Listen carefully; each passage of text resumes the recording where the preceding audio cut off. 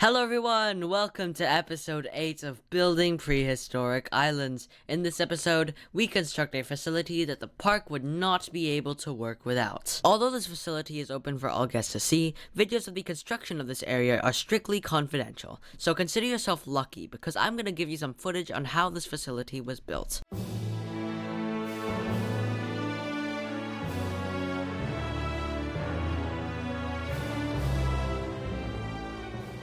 And now that we're done with that, let me explain what everything is for. But first, to give it that true research facility vibe, let's make it nighttime. The first thing you see is this hatchery. Every single land creature inside of this park has been inside this hatchery at least one time. Once the creature has finished incubating, it will be released into this tiny enclosure for scientists to check if they are healthy or not. Right now, we have some Morrison baby T-Rexes in the enclosure. And yes, although people associate research facilities with doubled fencing and extreme biohazards, we still need to keep in mind that this facility is open to the public, and that adding doubled fencing would likely scare guests. Right over on this side of the island, we have some cages. These are used for safety, just in case an animal escapes.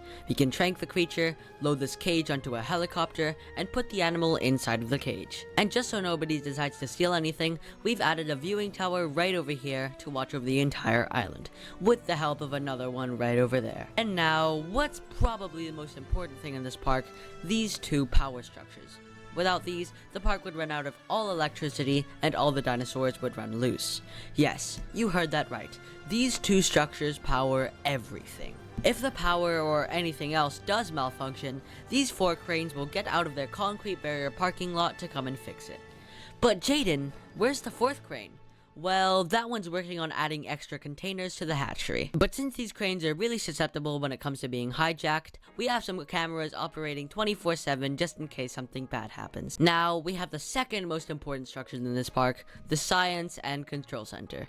I'm sure you guys already know what they're for, so I'm not gonna bother telling you. We also have some rubbish that no one decided to throw out. Whoever did this is fired. Oh, will you look at that? The rubbish is all right in front of the ranger station. Everyone who works at this ranger station is fired! Get out! Now that we have that over with, let's move on to the staff center. This is where staff take all their breaks and have meetings with each other.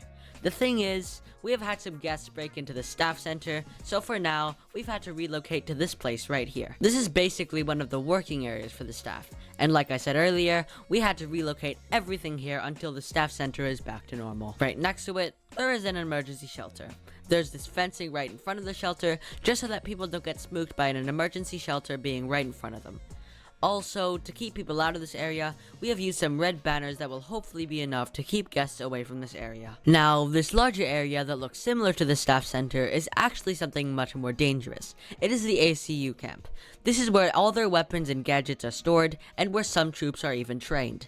And just in case you're interested, there are 32 ground troops, 7 pilots, and 5 trainees. If we go backwards, we will see this random fence in the middle of nowhere. This fence is actually for people to test if they are able to climb up the fence or not.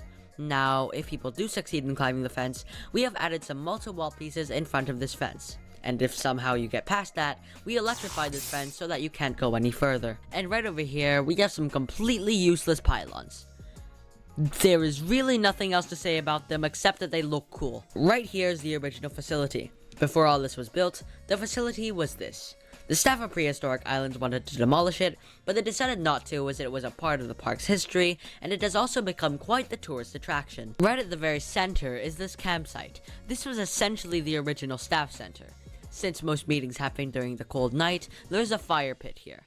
I made this by digging down a little bit and adding rocks around the hole. There are these velociraptor enclosures right over here, but these weren't always used for the velociraptors. These were actually the original hatcheries. However, the first dinosaurs that made their way into this park were not actually made by Prehistoric Islands themselves. They were bought from other parks. These cages right here were the ones that the first dinosaurs in this park were transported in. And also, I should mention that before I had the idea of making this into an old version of the facility, it used to be a mountain.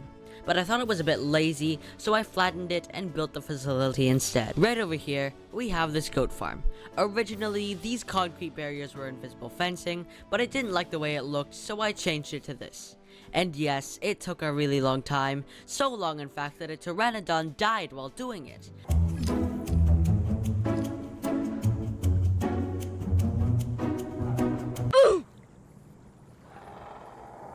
But I will say, it was well worth it. But before we continue with the goat farm, we need to talk about the Ichthyosaurus.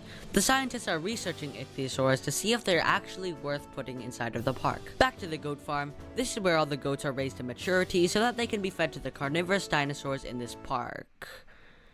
Okay, what was that? When the goats are old enough, they'll be put into this Hyperloop system which will transport them into another enclosure. Right now, this goat is in the Australopithecus habitat. Let's see what it gets up to now.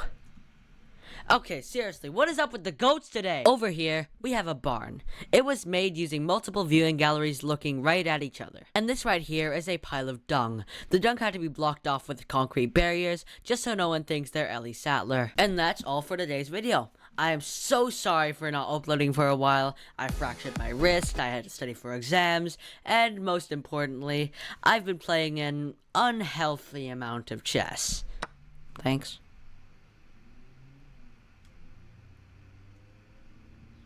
Alright, let's go!